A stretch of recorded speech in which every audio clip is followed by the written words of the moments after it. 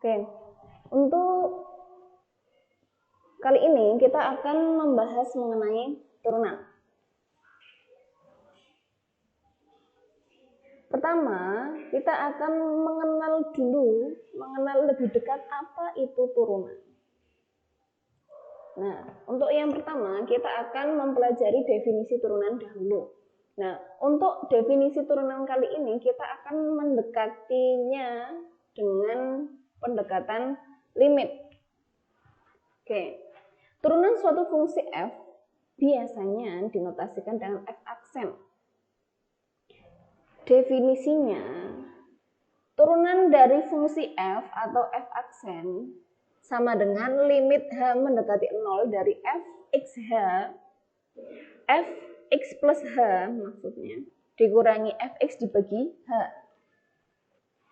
Nah, syaratnya limit bentuk tersebut ada atau terdefinisi. Nah, kalau misalkan limitnya ada, maka kita dapat mengatakan bahwa fx tadi dikatakan diferensiabel atau terturunkan atau dapat diturunkan, sama saja. Oke. Selanjutnya kita akan masuk ke contoh supaya bisa memberikan visualisasi yang lebih baik kepada teman-teman. Oke, kita masuk ke contohnya. Kita akan belajar menentukan turunan suatu fungsi dengan definisi. Nah, saya memiliki dua buah soal. Yang pertama, fx sama dengan 13x dikurangi 16. Yang kedua, fx sama dengan x pangkat 3 ditambah 7x. Oke, untuk solusi dari fungsi yang pertama, fx sama dengan 13x dikurangi 16, kita masukkan ke dalam definisi turunan. Menggunakan pendekatan limit yang sudah kita bahas tadi, turunan dari fx adalah limit h mendekati 0 dari fx plus h dikurangi fx dibagi h. Cara mengerjakannya, pertama kita substitusikan dulu masing-masing komponennya. Ada fx plus h, ada fx-nya. Nah, yang pertama fx plus h, kita tinggal mengganti x ini dengan bentuk x plus h. Menjadi, ini kan 13x dikurangi 16 ya. Nah, berarti x-nya ini kita ganti x plus h menjadi 13x plus h dikurangi 16. Dikurangi fx, ya tinggal kita copy paste aja, 13x dikurangi 16 dibagi h. Oke, untuk yang pembilangnya kita sederhanakan. Nah, pakai sifat distributif, 13 kali x 13x. 13 kali h 13h dikurangi 16. Dikurangi fx-nya tadi masih sama, 13x dikurangi 16 dibagi h. Nah, ini kan nanti 13x dikurangi 13x habis ya. Terus 13h masih tetap 16x dikurangi, negatif 16 dikurangi negatif 16 kan nanti habis. Nah, berarti tinggal limit h mendekati 0 dari 13h dibagi h. Kita sederhanakan menjadi limit h mendekati 0 dari 13. Nah, ini limit konstanta sama dengan tetap hasilnya 13. Oke, ini untuk soal yang pertama. Kemudian soal yang kedua saya berikan kepada teman-teman, silahkan untuk dikerjakan sudah bisa atau belum. Nah, mungkin nanti ini lebih challenging karena ini fungsi fx-nya x-nya berpangkat ya. Kalau tadi kan karena fungsinya fungsi linear, jadi aman-aman aja. Nah, sekarang nanti silahkan teman-teman coba untuk menurunkan fungsi ini menggunakan definisi pendekatan limit yang ini tadi. Mungkin nanti hasilnya bisa teman-teman cross check dengan menurunkan secara manual seperti yang teman-teman sudah pahami. Oke. Nah, selanjutnya kita akan mempelajari mengenai aturan pencarian turunan menggunakan beberapa teorema. Nah, ada beberapa teorema dalam mencari turunan. Nah, teorema ini yang memberikan landasan bagi kita untuk mengerjakan turunan seperti yang teman-teman sudah bisa. Nah, dulu di jenjang pendidikan yang sebelumnya teman-teman pasti sudah mendapatkan materi mengenai turunan. Barangkali teman-teman juga bertanya-tanya, kok rempong pakai seperti itu? Biasanya juga langsung aja. Nah, tadi itu kita menggunakan definisi. Sekarang kita akan mempelajari teorema-teorema sedemikian sehingga bisa melegalkan teman-teman menurunkan seperti biasa. Nah, untuk teorema yang pertama adalah aturan fungsi konstanta. Jika fx sama dengan k, artinya k itu adalah suatu angka konstan. Nah, misalkan fx sama dengan 5, otomatis f aksennya sama dengan 0. Teman-teman sudah memahami ini ya. Kemudian untuk teorema yang B adalah teorema fungsi identitas. Fungsi identitas itu yang seperti apa? Fungsi identitas adalah fungsi fx sama dengan x. Nah, jika kita ketemu fungsi identitas fx sama dengan x, maka turunannya adalah 1. Untuk teorema yang kedua, yakni aturan pangkat. Jika kita memiliki fx sama dengan x pangkat n, dengan n itu bilangan bulat positif, maka turunannya adalah n dikalikan x pangkat n dikurangi 1. Nah, mungkin barangkali bentuk ini adalah bentuk yang teman-teman sekalian sudah sangat familiar. Oke, lanjut dulu teoremanya, nanti kita akan membahas contoh dari masing-masing teoremanya setelah ini. Ada teorema D, yaitu aturan kelipatan konstanta. Nah, jika K suatu konstanta dan fx adalah fungsi diferensiabel, artinya fx itu dapat diturunkan, maka K f turunan dari kelipatan fungsi f itu sama saja dengan fx-nya diturunkan dulu baru dikalikan.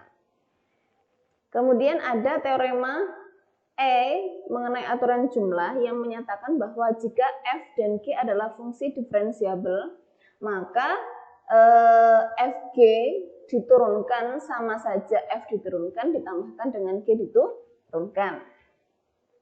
Ada pula aturan selisih menyatakan bahwa jika f dan g adalah fungsi diferensiabel, maka f dikurangi g diturunkan, turunan dari f dikurangi b atau selisih antara f dan g itu sama saja f diturunkan dikurangi turunannya g. Kemudian ada teorema G, teorema hasil kali. Teorema ini menyatakan bahwa jika f dan g adalah fungsi diferensiabel, maka turunan dari f kali g itu sama saja fungsi f kali turunan fungsi g dikurangi fungsi g dikalikan turunan fungsi f. Nah, mungkin banyak literatur barangkali LKS atau bahan ajar SMA, SMK atau MAN itu yang menyatakan teorema ini dalam bentuk U dan V. Gitu ya. Jadi turunan dari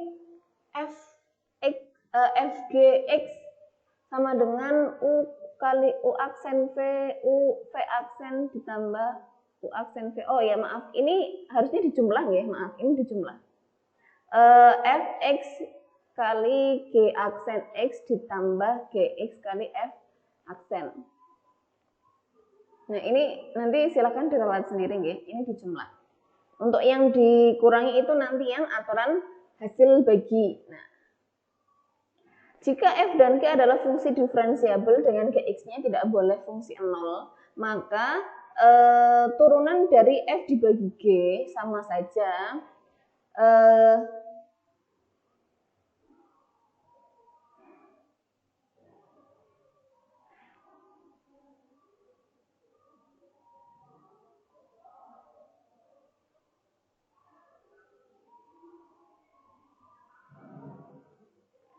sama saja gx kali f aksen dikurangi f kali g aksen x dibagi g kuadrat. Oke. Nah, kita langsung masuk ke contoh.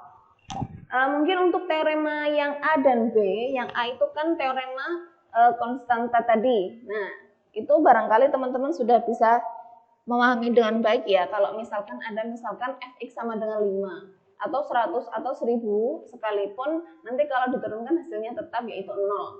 Atau untuk yang teorema B itu kan hanya satu bentuk itu ya, jika ada fx sama dengan x, turunannya itu 1.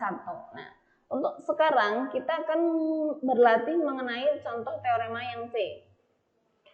Di sini ada teorema yang C itu kan aturan pangkat ya. Nah, aturan pangkat di sini ada fx sama dengan x pangkat 5. Nah, solusinya saat kita memiliki fx sama dengan x pangkat n, maka turunannya itu n turun sebagai pengali, kemudian pangkatnya dikurangi 1. Maka kalau misalkan di sini kita memiliki fx sama dengan x pangkat 5, turunannya sama dengan 5 kali x pangkat 5 dikurangi 1, yaitu 5 kali x pangkat 4. Nah, kemudian contoh yang teorema D. Nah, untuk yang teorema D itu contohnya kita diminta menentukan turunan fungsi fx sama dengan negatif 3 kali x pangkat 4. Nah, saat kita diminta mencari turunan yang semacam ini, jadi suatu konstanta dikalikan dengan fx, sama saja konstantanya dibiarkan dulu, kemudian dikalikan dengan turunan fx-nya. Hasilnya, fx-nya kan negatif 3 kali x pangkat 4. Nah, sama saja, turunannya akan sama saja negatif 3-nya kita biarkan, dikalikan x pangkat 4-nya kita turunkan. Nah, turunan x pangkat 4 kan berarti 4 kali x pangkat 4 dikurangi 1 kan. Nah, berarti 4x pangkat 3 dikalikan dengan negatif 3, hasil akhirnya negatif 12x pangkat. Oke. Selanjutnya untuk teorema E. Nah, untuk teorema E dan F ini kan dia aturan jumlah dan aturan selisih. Ini sebenarnya hampir sama, jadi saya ambil salah satu contohnya aja. Kita ambil teorema E, yaitu aturan jumlah. Sebenarnya nanti kan hampir sama ya, yang satu dikurangi, yang satu ditambah. Oke, untuk yang teorema jumlah, teorema E, di sini saya memiliki H sama dengan negatif X pangkat 3 ditambahkan dengan 2X. Kita diminta menentukan turunannya. Kita menggunakan teorema E yang menyatakan bahwa jika Hx itu sama dengan Fx ditambahkan Gx, maka turunannya H aksen X sama dengan F aksen X ditambah G aksen X. Nah, artinya apa? Kalau kita mau mencari turunannya fungsi ini, kita tinggal menurunkan fungsi yang pertama ditambahkan dengan turunan fungsi yang kedua. Nah, untuk turunan fungsi yang pertama, berarti turunan negatif X pangkat 3 ditambahkan nanti dengan turunan 2X ya. Nah, turunan negatif X pangkat 3 itu kan tinggal negatif 3 kali X pangkat 2 ditambahkan dengan turunan 2X nanti sama dengan 2. Selesailah. Oke, sekarang masuk ke contoh teorema yang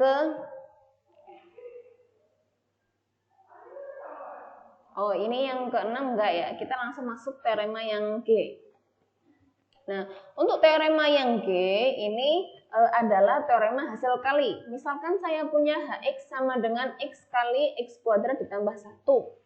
Nah, untuk solusinya kita pakai teorema yang hasil kali yang menyatakan bahwa jika Hx itu merupakan perkalian dua buah fungsi, maka turunannya, maaf ya, yang tadi tolong diralat ditambah harusnya. F aksen X dikalikan dengan Gx ditambah Fx kalikan dengan G aksen X. Nah, untuk yang pertama, berarti kan selaku Fx-nya di sini adalah X ini ya. Sedangkan selaku Gx-nya di sini adalah X kuadrat ditambah 1. Nah, untuk H aksen X sama dengan X aksen dikalikan dengan X kuadrat plus 1 ditambahkan dengan X dikali, maaf ini malah langsung turunannya ya, ini harusnya X kuadrat ditambah 1 turunannya. Oke, nggak apa-apa. Nah,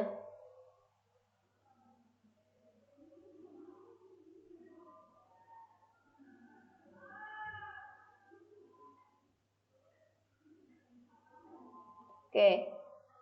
Ini hasilnya akan sama dengan X kuadrat ditambah 1, ini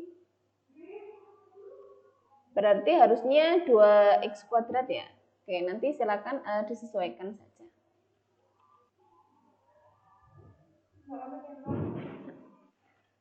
Oke, untuk teorema yang H di sini ada fx sama dengan 3x dikurangi 5 dibagi x kuadrat plus 7. Nah, untuk solusinya kita menggunakan teorema yang H. Kita misalkan fungsi pembilangnya adalah U, maka U aksennya 3 ya. Kemudian untuk fungsi penyebutnya kita misalkan V, maka V aksennya sama dengan 2X. Menggunakan teorema yang H, turunan dari fx sama dengan U aksen V dikurangi UV aksen dibagi V kuadrat. Kita tinggal masukkan saja U aksennya sama dengan 3. Nah, kita kalikan dengan V dikurangi U-nya 3X dikurangi 5 dikalikan dengan V aksen tadi 2X dibagi V kuadrat, berarti X kuadrat plus 7 kita kuadratkan lagi. Oke, tinggal disederhanakan.